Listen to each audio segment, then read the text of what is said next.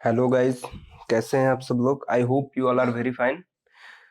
तो guys, again आपका बहुत बहुत स्वागत है हमारे ब्यूटीफुल सा चैनल बायोलॉजी इंटर ग्रुप, जहाँ पे हम लोग करते हैं बायोलॉजी और केमिस्ट्री के रिगार्डिंग एक हर पॉइंट पे बात। ठीक है, तो चलिए आज हमारा जो अभी फिलहाल चैप्टर चल रहा है class 9th chemistry matter in our surrounding, हम उस पर बात कर रहे हैं। तो गाइज ये हमारा थर्ड। तो चलिए आज का हमारा पॉइंट है, हम लोगों ने अभी तक डिस्कस कर लिया है मैटर क्या होता है, व्हाट इज मैटर, उसके बारे में हम लोगों ने पढ़ा। फिर उसके बाद हमने पढ़ा कि state of matters. State of matters पे हमने 3 स्टेट देखे, सॉलिड, लिक्विड, गैसेस स्टेट। ठीक है, सॉलिड, लिक्विड, गैसेस स्टेट देखे। और फिर उसके बाद हम लोगों ने देखा कि वाई इनकी प्रॉपर्टीज देखी। सॉलिड स्टेट में इनकी क्या प्रॉपर्टीज होती है, गैसियस स्टेट में इनकी क्या प्रॉपर्टी होती है, ठीक है, लिक्विड स्टेट में इनकी क्या प्रॉपर्टीज होती है, ये हमने देख लिया। अभी हमको आगे देखना है कि ये जो प्रॉपर्टीज हैं, properties of solid, properties of gases या प्रॉपर्टीज ऑफ लिक्विड, ये ऐसा क्यों है। मतलब कि क्यों सॉलिड जो मैटर हमको सॉलिड फॉर्म में मिल रहा है, ये सॉलिड क्यों है, और दूसरे से इनका जो करेक्टर है वो वेरी क्यों कर रहा है, लिक्विड से इनका करेक्टर वेरी क्यों हो रहा है, और लिक्विड का करेक्टर गैसेस से क्यों वेरी कर रहा है। तो उसको हम लोग देखेंगे कि पार्टिकुलर लेवल पे, पार्टिकल के लेवल पे क्या डिस्टिंक्शन है, क्या अलगाव है वहां पे। तो चलिए सबसे पहले हम लोग स्टडी करेंगे अबाउट सॉलिड। सॉलिड सॉलिड के पार्टिकल्स को हम लोग देखेंगे। हम लोग एक ही स्लाइड के अंदर सॉलिड, लिक्विड और गैस तीनों के पार्टिकल के कैरेक्टर्स की स्टडी करेंगे। ठीक है, क्यों इतनी वर्सेटिलिटी है ये हम लोग एक टेबुलर फॉर्म में देखने की कोशिश करेंगे। चलिए देखिए, सॉलिड जो है हमारे पास, सॉलिड की कंडीशन में हम लोगों ने एक चीज देखा था कि solid have fixed shape, fixed size and fixed volume. इनकी इनकी क्या होगी, सॉलिड के पास फिक्स शेप होगा, फिक्स साइज होगा और फिक्स वॉल्यूम होगा। तो ऐसा क्यों है, सबसे पहली बात हम लिख लेते हैं, solid have fixed shape, size and volume. और उसके बाद हमने और प्रॉपर्टीज पढ़ी थी कि इनका कंप्रेसिबिलिटी क्या होगा, वेरी लेस। ठीक है, दे आर लेस कंप्रेसिबल। तो ये सारी कैरेक्टरिस्टिक्स जो थी, सबसे पहले हम सॉलिड के पार्टिकल्स को देखते हैं। और उसके बाद हम लोगों ने देखा था कि सॉलिड के डेंसिटी क्या होती है, सॉलिड के अंदर हाई होती है। तो देखिए सबसे पहले अगर हम सॉलिड के पार्टिकल्स को बना रहे थे तो कुछ इस तरीके से बना रहे थे। ठीक है, इनके पार्टिकल्स कैसे थे, इस तरीके से। These are the particles.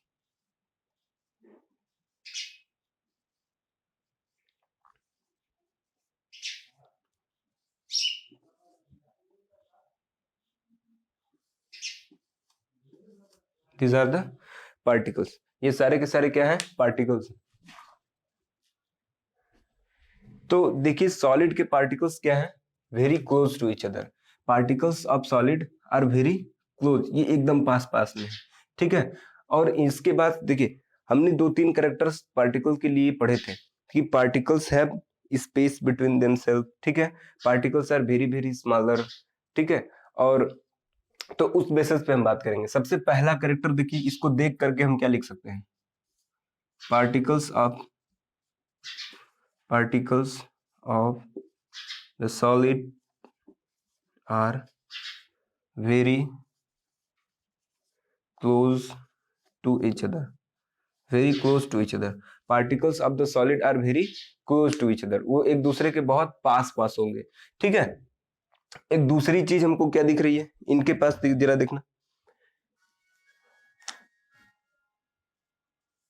इनके पास ये जो इंटरसेलुलर स्पेस दिख रहा है आपको, मैं ब्लैक कलर से जिसको देखिए पूरा कर रहा हूं, ये जो इंटरसेलुलर स्पेस है, ये इंटरसेलुलर स्पेस क्या होता है,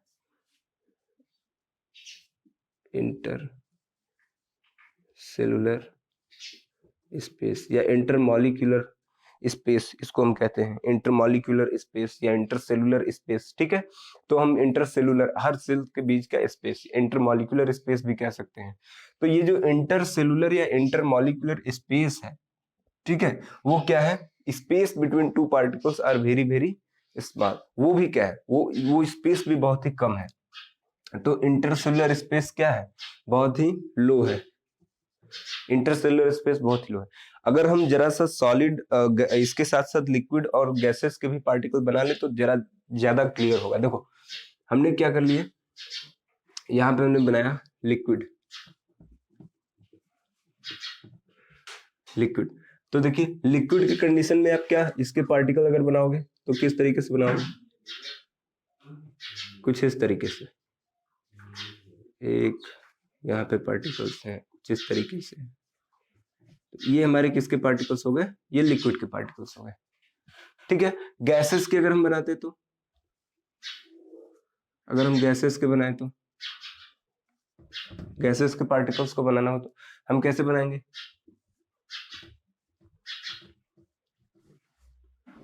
ये पार्टिकल्स ऐसे हैं, ठीक है, ये पार्टिकल्स ऐसे हैं। तो देखिए इस तरीके से पार्टिकल। अब हम कंपैरेटिवली स्टडी करेंगे। देखिए सबसे पहला हमने क्या लिखा? Particles of the solid have close to each other. बहुत ही क्लोज है, very very close to each other.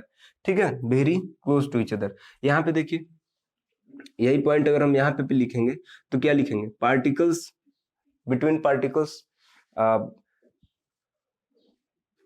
Between the particle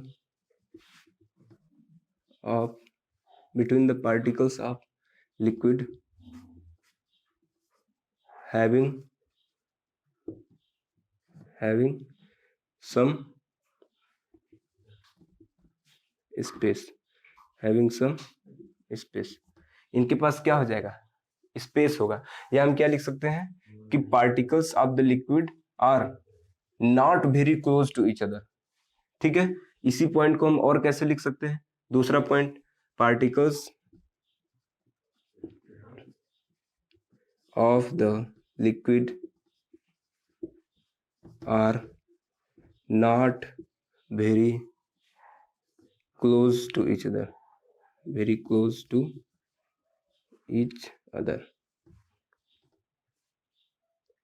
some space की जगह पे अगर हम ज्यादा अप्रोप्रिएट लिखना चाहें तो हम क्या लिखेंगे? ये देखिए इंटरसेलुलर स्पेस जो है वो कितना है? ज्यादा है।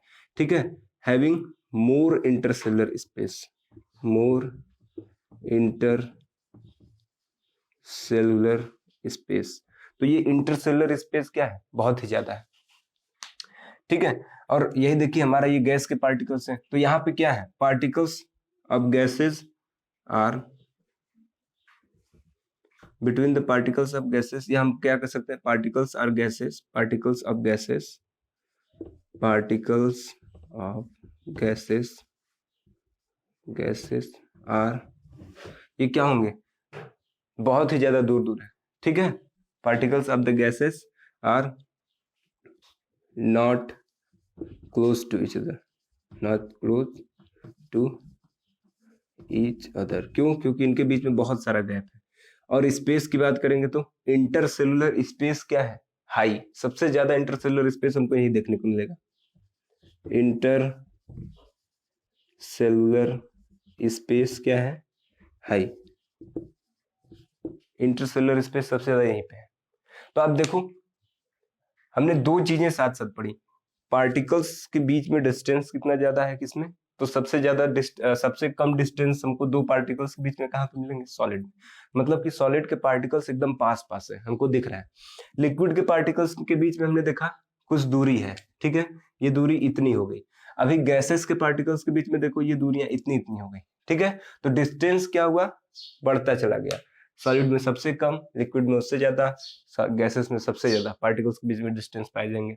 उसके बाद हमने देखा इंटरसेलुलर स्पेस की बात की, यानी कि दो पार्टिकल्स के बीच में जगह कितना ज्यादा होगा। तो सीधी सी बात है, जिसके पार्टिकल्स बहुत पास होंगे उनके बीच में जगह उतना ही कम होगा। ठीक है, तो यहाँ पे इंटरसेलुलर स्पेस सॉलिड की कंडीशन में क्या था, लो। यहाँ पे क्या था, थोड़ा सा इंटरसेलुलर स्पेस हमको मिला। यहाँ पे क्या हुआ, इंटरसेलुलर स्पेस सबसे ज्यादा हाई है, ठीक है। अभी देखिए इसके बाद हम लोग क्या कर दूसरी बात करेंगे कि हमने देखा था कि particles are attract to each other. एक दूसरी कैरेक्टरिस्टिक्स हम लोगों ने ये पढ़ी थी कि particles are attract to each other, और एक तीसरी कैरेक्टरिस्टिक्स पढ़ी थी कि पार्टिकल्स आर कंटिन्यूअसली मूविंग, ठीक है। तो सबसे पहले वही कर लेते हैं, पार्टिकल्स, या सबसे पहले हम अट्रैक्शन को देख लेते हैं, इंटरसेलुलर अट्रैक्शन। तो सॉलिड के जो पार्टिकल्स हैं वो एक दूसरे के पार्टिकल्स के अंदर अट्रैक्शन होता है, लेकिन सॉलिड के पार्टिकल्स क्या होंगे, highly attract to each other. Particles of solid are attract to each other, ठीक है, with very high efficiency,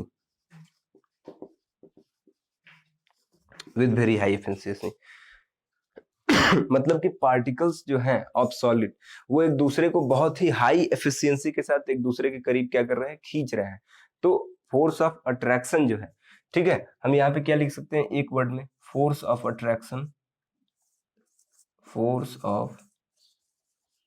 attraction is very high. आप इस चीज को याद रखिए, फोर्स ऑफ अट्रैक्शन क्या है, फोर्स ऑफ अट्रैक्शन क्या है, दो पार्टिकल्स एक दूसरे को जितनी तेजी से खींचेंगे उसी को हम फोर्स ऑफ अट्रैक्शन बोलेंगे, ठीक है। तो फोर्स ऑफ अट्रैक्शन सॉलिड के अंदर क्या है, सबसे हाई। लिक्विड के अंदर हम फोर्स ऑफ अट्रैक्शन क्या देखेंगे, liquid have low force of attraction with respect to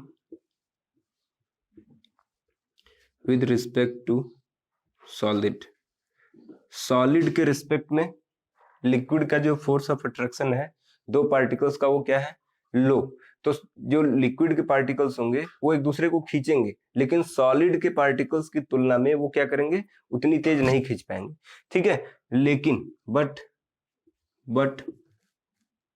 मोर, ठीक है, but high with respect to gases,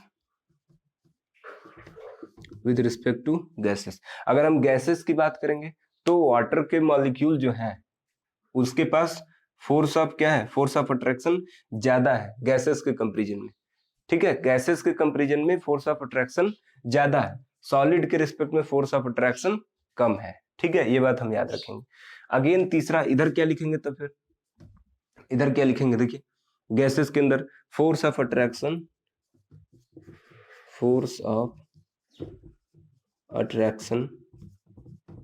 is very low. Force of attraction क्या है, बहुत ही ज्यादा लो है। फोर्स ऑफ अट्रैक्शन क्या है, बहुत ही ज्यादा लो है, तभी तो इनके पार्टिकल्स दूर दूर हैं। फोर्स ऑफ अट्रैक्शन क्या होगा, जब दूर दूर फोर्स ऑफ अट्रैक्शन लो है तो पार्टिकल्स कहाँ पे हैं, देखिए दूर दूर। क्यों, क्योंकि एक पार्टिकल दूसरे पार्टिकल को उतनी तेजी से नहीं खींच पा रहा है जितनी तेजी से उसको खींचना चाहिए, जितनी तेजी से सॉलिड के पार्टिकल्स खींच रहे हैं, या जितनी तेजी से लिक्विड के पार्टिकल्स एक दूसरे को खींच रहे हैं। तो जितना ज्यादा फोर्स ऑफ अट्रैक्शन होगा पार्टिकल्स उतने ज्यादा पास होंगे, जितना कम फोर्स ऑफ अट्रैक्शन होगा पार्टिकल्स उतने ज्यादा दूर दूर होंगे। ये तो फोर्स ऑफ अट्रैक्शन की बात होगी। अभी मूवमेंट की बात कर लेते हैं। देखिए फोर्स ऑफ अट्रैक्शन के बाद तीसरी बात कर लेते हैं मूवमेंट की। पार्टिकल्स मूवमेंट कौन ज्यादा करेंगे, ये जो क्वेश्चन आया हुआ था कल का, उसका आंसर यहाँ पे है, फोर्स ऑफ अट्रैक्शन मूवमेंट। तो पार्टिकल्स जो है वो कहां से मूवमेंट करेंगे, जब सोचो कि दो पार्टिकल्स के बीच में फोर्स ऑफ अट्रैक्शन लगा हुआ है, एक दूसरे को खींच रहे हैं अपनी तरफ, तो क्या वो मूव कर पाएंगे? तो वो ज्यादा मूवमेंट नहीं शो कर पाएंगे। ठीक है, तो particles of motion, particles of solid, particles of solid are particles of solid have negligible movement, negligible movement। अब देखिए यहाँ पे एक वर्ड यूज हुआ है नेग्लिजिबल। नेग्लिजिबल मतलब ना के बराबर, लेकिन ना नहीं। नेग्लिजिबल मतलब नगण्य, ठीक है, लेकिन इसका मतलब ये नहीं कि वो होता ही नहीं है, हो रहा है। ठीक है, तो particles of solid have negligible movement.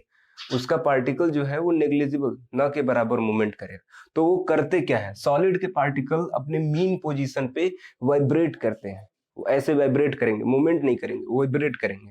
ठीक है, तो ये क्या होगा? मूवमेंट तो वाइब्रेशन भी एक मूवमेंट ही हो गया। ठीक है, तो वो बहुत ही हल्का क्या करेंगे? मूवमेंट करेंगे, जो कि नेग्लिजिबल होगा। क्यों? क्योंकि उनका जो पार्टिकल है उनके बीच में फोर्स ऑफ अट्रैक्शन हाई है। अब जब दो पार्टिकल्स एक दूसरे को अपनी तरफ हाई रेट से खींच रहे हैं, एक दूसरे को इस तरीके से खींच करके रखे हुए हैं, तो वो कहाँ पे मूवमेंट करेंगे? अगर ऐसे होंगे तो उनके पास मूवमेंट करने के लिए जगह है, अगर ऐसे हैं दो पार्टिकल्स तो उनके पास मूवमेंट करने के लिए और जगह है। ठीक है, अब देखिए यहाँ पे लिक्विड के पास क्या होगा? पार्टिकल्स मूवमेंट जो होगा, particles of solid, particles of liquid, particles of liquid, इसके पास क्या होगा? Have liquid do movement. ठीक है, पार्टिकल्स ऑफ द लिक्विड क्या करेंगे? मूवमेंट करेंगे, मूवमेंट करते हैं, यहाँ पे मूवमेंट होगा। क्यों? क्योंकि दो पार्टिकल्स के बीच में डिस्टेंस है, तो ये थोड़ा मूवमेंट करेंगे, लेकिन बहुत ज्यादा हाई मूवमेंट नहीं करेंगे। यहाँ पे देखिए पार्टिकल्स ऑफ गैसेस, यहाँ पे मूवमेंट क्या होगा? हाई होगा। Movement of the particle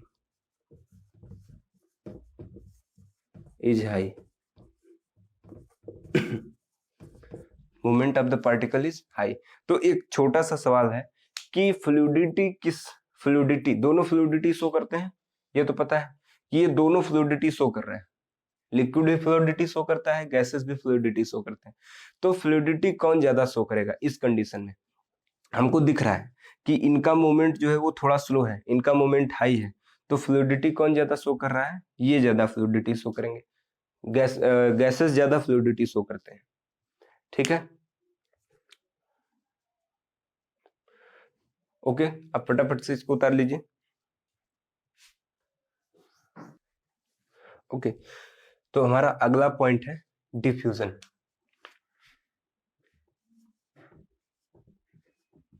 diffusion,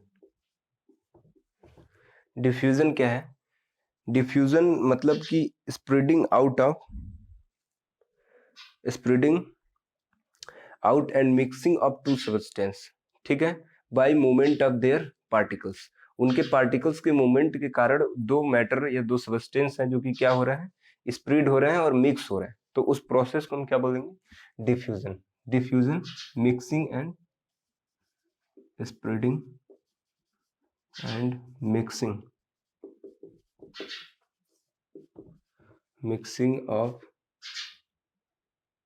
spreading and mixing of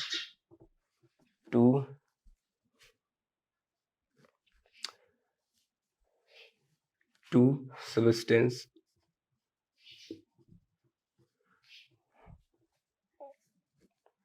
the spreading out and mixing of two substance by the movement of their particles by itself due to the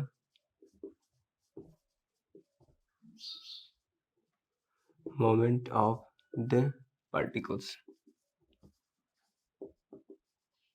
due to the movement of the particles। क्या कहना चाह रहा है कि spreading and mixing of two substance, दो substance का spreading, फैलना और एक दूसरे में मिक्स हो जाना। ठीक है, अपने आप ये प्रोसेस हो रहा है due to the movement of particle, उनके पार्टिकल्स के मूवमेंट के कारण। जैसे फॉर एग्जांपल हमने क्या किया, देखिए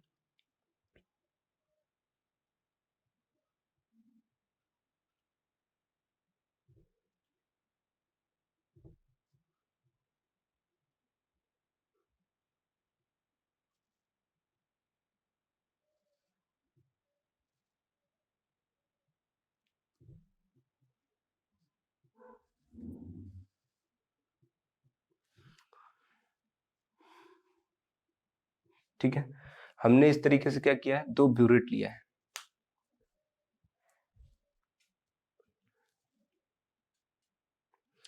तो हमने ये दो ब्यूरेट लिया है, यहाँ पे नीचे वाले में हमने क्या कर रखा है, ये ब्रोमाइन वेपर, ब्रोमीन वेपर भर रखा है। अब देखिए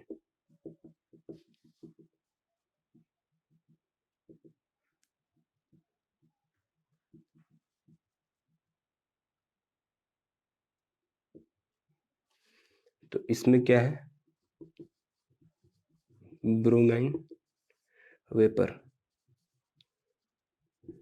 रेड ब्राउन कलर का है ये, कैसा, रेड ब्राउन कलर का ब्रोमाइन वेपर। और यहाँ पे दो बीकर, दो हमने ब्यूरेट लगा रखे हैं। और देखिए यहाँ पे क्या हुआ है, इसको हमने यहाँ पे पेपर, ये पतला सा क्या लगा रखा है, पेपर, और इस पेपर के थ्रू इस दोनों का माउथ क्या है, बंद है। अभी जैसे ही हमने इस पेपर को यहाँ से हटा दिया, हमने खींचा और ये पेपर क्या हो गया, हट गया, तो क्या होगा कि यहाँ पे जो एयर के पार्टिकल्स, यहाँ पे पहले क्या रहा होगा, एयर। अब ये एयर के पार्टिकल्स जो रहे होंगे वो भी मूवमेंट कर रहे होंगे, ठीक है, और एयर के पार्टिकल्स का मूवमेंट और ये ब्रोमाइन वेपर के पार्टिकल्स का मूवमेंट, दोनों के कारण ये क्या हो गया होगा, ये पूरा का पूरा ऊपर वाला भी, ये ब्रोमाइन वेपर जो हो गया होगा, ब्रोमाइन वेपर और ये एयर के पार्टिकल्स एक दूसरे में क्या हो गए, कंप्लीटली मिक्स हो गए। और अब ये पूरा का पूरा जो कलर हो गया वो कैसा हो गया, ये पूरा का पूरा कलर कैसा हो गया, ये ऊपर भी कैसा हो गया, रेड ब्राउन, ऊपर भी कलर कैसा हो गया, रेड ब्राउन। तो इससे क्या सीख मिली कि spreading and mixing of two substance, air और bromine vapour itself due to the movement of its particle, उनके पार्टिकल्स के मूवमेंट के कारण ऐसा हो रहा है। तो इस प्रोसेस को हम बोलेंगे डिफ्यूजन। तो यहाँ पे क्या हुआ है, डिफ्यूजन हुआ है। अभी इसका और अच्छा एग्जांपल, आप घर पे इंसेंस स्टिक यूज करते होगे, अगरबत्ती जिसको कहते हैं। तो अगरबत्ती के कंडीशन में क्या होता है, अगरबत्ती जो है हमारे पास, उसको जब हम जलाते हैं तो उसमें से क्या निकलता है, फ्रेग्रेंस। ये फ्रेग्रेंस क्या होगा, पूरे घर में फैल जाता है। क्यों, क्योंकि यहाँ से जो पार्टिकल्स, यहाँ के जो फ्रेग्रेंस वाले पार्टिकल थे इसके, जो अगरबत्ती से निकले, वो एयर में क्या करते गए, मिक्स करते गए। क्यों, because of the movement of particles of air and this fragrance वाले पार्टिकल्स के कारण, ठीक है। तो वो क्या होते गए, स्प्रेड होकर के पूरे घर में फैल गए। तो ये एग्जाम्पल है कुछ। और उसके अलावा परफ्यूम, बॉडी स्प्रे आप यूज करते हो, परफ्यूम, ठीक है, तो वो सारे भी क्या है, डिफ्यूजन के प्रोसेस के थ्रू फैल रहे हैं। तो डिफ्यूजन आपका एक फिनोमिना है जो कि आपको पता होना चाहिए डिफ्यूजन क्या है। अब देखिए रेट ऑफ डिफ्यूजन कैसे बढ़ेगा कैसे घटेगा, रेट ऑफ डिफ्यूजन डिपेंड करता है टेम्परेचर के ऊपर। कैसे सर, देखिए with increasing the temperature, with increasing the temperature, with increasing the temperature, rate of diffusion, rate of diffusion increases। ऐसा क्यों, जैसे जैसे हम टेम्परेचर बढ़ाएंगे वैसे वैसे रेट ऑफ डिफ्यूजन बढ़ेगा। ऐसा क्यों, देखिए इसके पीछे का कारण देखिए, जैसे रेट ऑफ डिफ्यूजन बढ़ेगा इसका कारण ये है कि ये particle, suppose that this is the particles of air, these are the particles of air, ये सब एयर के पार्टिकल्स हैं, क्लियर। अभी जैसे ही हमने यहाँ पे हीट प्रोवाइड कराया, हीट, पहले ही ये मूवमेंट कर रहे थे, इनके पास कुछ मूवमेंट होगा, ये ऐसे रैंडम मूवमेंट कर रहे होते हैं, ठीक है। तो ये मूवमेंट क्यों करते हैं? क्योंकि इनके पास कुछ काइनेटिक एनर्जी होती है। ये पहले लेक्चर में बात हुआ था कि मूवमेंट क्यों हो पाता है, बिकॉज ऑफ काइनेटिक एनर्जी। कोई भी पार्टिकल या कोई भी ऑब्जेक्ट अगर मूव कर रहा है, गतिमान है, तो उसके पास काइनेटिक एनर्जी होती है। तो उसी काइनेटिक एनर्जी की मदद से वो क्या करेगा? मूवमेंट करेगा। कोई भी ऑब्जेक्ट हो, कोई भी वस्तु हो, अगर वो मूवमेंट कर रहा है तो उसके पास क्या होगा?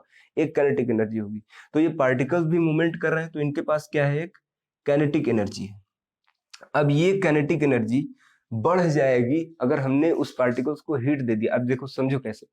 हमने जब हीट, अब अगर टेम्परेचर बढ़ा दिया तो ये इस पार्टिकल जो है, इस पार्टिकल्स को क्या मिल गया? हीट। जब इस पार्टिकल्स को हीट मिलेगा तो उनकी जो एनर्जी है, जो काइनेटिक एनर्जी है, वो क्या होगी? इंक्रीज कर जाएगी। काइनेटिक एनर्जी क्या हुई? बढ़ गई। अब जब काइनेटिक एनर्जी इंक्रीज कर जाएगी तो इनका जो मूवमेंट है वो क्या हो जाएगा? बढ़ जाएगा।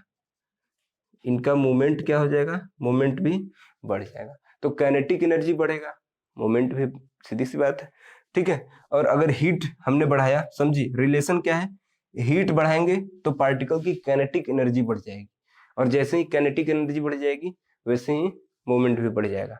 ये तो ठीक वैसे ही है, अगर आपको कहा जाए धूप में चलने के लिए, जमीन जल रही हो तो आप वहां पे तेजी से चलते हो। क्यों? क्योंकि आपके पैरों में जब हीट आप लेते हो तो वहां पे आप चार्ज हो जाते हो, ठीक है। तो यहाँ पे भी क्या है, ठीक वैसे ही आप इसको भी रिलेट करिए। जैसे ही पार्टिकल्स को हीट मिला, हीट एनर्जी मिली, तो हीट हीट एनर्जी से इसके अंदर क्या आ गई? काइनेटिक एनर्जी आ गई। काइनेटिक एनर्जी जैसे ही इसके अंदर बढ़ी तो मूवमेंट क्या हो गया? पार्टिकल्स का बढ़ गया। अब जितना तेज पार्टिकल्स मूवमेंट करेंगे उतनी तेज इस पार्टिकल्स के अंदर मिक्सिंग होगा, और डिफ्यूजन का प्रोसेस, रेट ऑफ डिफ्यूजन क्या होगा? उतना ही तेज होगा, ठीक है। वेरी गुड, इतना उतार लीजिए। ओके, अभी लास्ट और वेरी इंपॉर्टेंट जो पॉइंट है हमारे पास, वो है टेम्परेचर। सबसे लास्ट और सबसे इंपॉर्टेंट पॉइंट अबाउट टेम्परेचर। देखिए,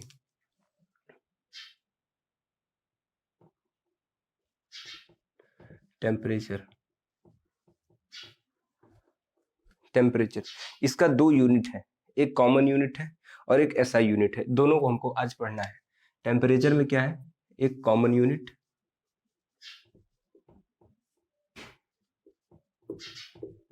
और एक क्या है?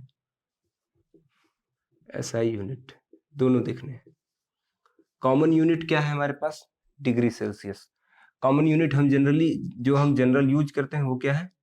Degree Celsius. उसको हम क्या लिखते हैं? Degree Celsius. इसको डिनोट कैसे करते हैं? डिग्री सेल्सियस, इस तरीके से, ठीक है। दूसरा हमारे पास एसआई यूनिट है केल्विन। इसको हम डिनोट कैसे कहते हैं? कैपिटल के से, ठीक है। अब देखिए, डिग्री सेल्सियस और केल्विन में किस तरीके से डिफरेंशिएशन है। डिग्री सेल्सियस जनरली हम लोग जो यूज करते हैं अपने डेली लाइफ में, उसको हम क्या बोलते हैं? डिग्री सेल्सियस में नापेंगे। किसी चीज का मेल्टिंग पॉइंट अगर नापना है तो डिग्री सेल्सियस में। जैसे आइस का मेल्टिंग पॉइंट क्या है? 0 डिग्री सेल्सियस। और बॉइलिंग पॉइंट क्या है? वाटर का 100 डिग्री सेल्सियस। तो ये डिग्री सेल्सियस में नापेंगे कॉमनली। लेकिन जब साइंटिफिक हमको नोटेशन करना होगा, साइंटिफिक मेजरमेंट लेना होता है, तो वहां पे हम क्या करते हैं? साइंटिफिक रीडिंग लेना पड़ता है, तो वहां पे हम केल्विन स्केल का यूज करते हैं, ठीक है। तो देखिए, हम अगर जैसे एग्जांपल लेते हैं, 0 degree Celsius equal to, relation क्या है? आप रिलेशन समझो। 0 degree Celsius equal to 273 kelvin, यानी 0 degree Celsius equal to 273 kelvin होता है। ये एक रीडिंग है। तो उस हिसाब से अगर हम देखें तो 0 डिग्री सेल्सियस पे अगर आइस मेल्ट होता है, आइस मेल्ट हो रहा है, तो कितने केल्विन पे मेल्ट होगा? 273 केल्विन पे। 273 केल्विन पे क्या मेल्ट हो रहा है? आइस। और बॉइलिंग पॉइंट अगर हमको निकालना हो, अगर हमको बॉइलिंग पॉइंट निकालना हो तो क्या करेंगे? बॉइलिंग पॉइंट निकालना हो तो क्या होगा, 273 प्लस 100, तो 273 प्लस 100 वो हमारे पास क्या आ जाएगा, ठीक है, उसका आंसर बॉइलिंग पॉइंट आ जाएगा। तो अगर हमको किसी भी चीज को केल्विन में चेंज करना हो, किसी भी चीज को केल्विन में चेंज करना हो तो हम क्या लिखेंगे, देखिए kelvin equal to 273 plus kelvin equal to, तो टेम्परेचर इन केल्विन अगर हमको कैलकुलेट करना है तो इक्वल टू क्या होगा, 273 plus temperature in degree Celsius, ठीक है। ये हमारा क्या हो गया, एक फार्मूला बन गया, temperature in kelvin equal to 273 plus temperature in degree Celsius, ठीक है। तो आइए हम लोग एक आध दो क्वेश्चन कर लेते हैं। सबसे पहला question, convert the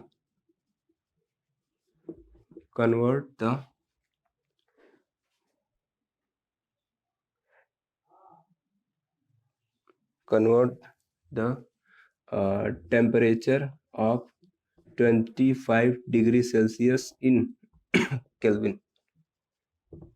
25 degree Celsius को केल्विन में चेंज करना है।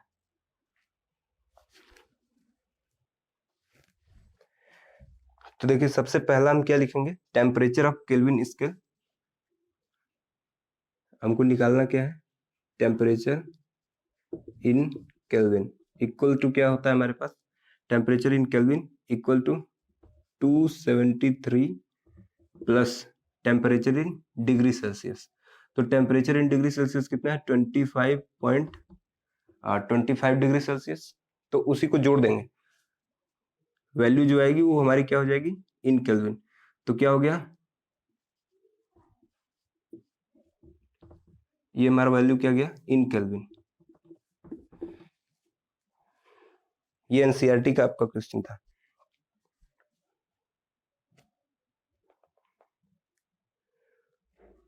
अभी एक दूसरा क्वेश्चन क्या हो सकता है, एक हमको अगर केल्विन में डिटरमाइन करना हो, convert the temperature of 300 kelvin to the Celsius scale.